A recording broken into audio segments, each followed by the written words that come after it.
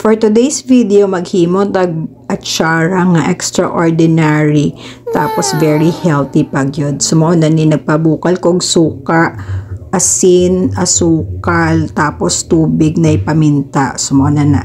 And prepare na yung ingredients like carrots, radish, apple, and ampalaya. O, diba? Napaka-healthy. Of course, wag kalimutan ang clean bottle. And mo na ni slice na nato ni siya guys, kanang ginagmay, di po nga pino. Sakto lang kanang bite size, o diba? Hinluan sa nato una ning paliya, ganyan, dapat tanggalin yung boto kay mauman ni siya. Ayaw mo ka-hardlock, dili lagi ni siya pait. Promise pa.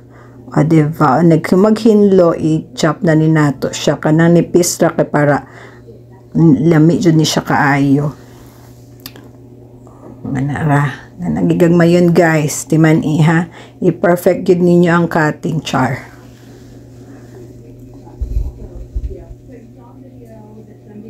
O nya, panitan dayon ang radish. O ayaw po mo kahadlok, dili na ni siya bako og nanana sa atsara. And then i-cut na nato siya ganyan. Nipis lang kay para ma-absorb niya ang kanyang suka. O diba? And then, yan, ipil na po nato ning carrots. O diba? Kung unsay mahunahunaan ninyo ibutang sa atsara, pwede man sad walay magbuot, diba? So, mao niyang atong version. So, ikat na po nato na. O diba? And then apples, para tamis-tamis gamay atong atsara ba. Ay mo kabala ka guys, makalimot jud mo sa inyong ngan basta matilawanin ninyo. Promise pa. O diba? Kay makabong naman yung papaya nga atsara. So palahi ta. So layera gud ninyo guys, promise pa. Nya i-comment na ninyo dihag unsay effect or unsay lasa o giganahan ba mo. O diba? So pagkahuman, ato na ni siyang ibutang sa clean container. Make sure nga glass container ha, kay suka biya ni siya. Tapos, ayan, ibutang na nato usa-usa. Pahilo na ninyo guys, kay para aesthetic ko no hay. O diba? So wala nakabalo, ang atsara guys ay good source of fiber, probiotics, o vitamin C. O diba? Asa ka? Kompleto, saksak ricados na.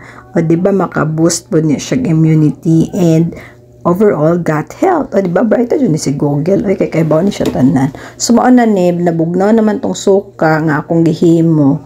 Ibutang na nato ning suka aning atsara. Make sure nga mapuno gyud ni siya taman sa mga vegetables and fruits. O diba? And make sure bugnaw na ng suka.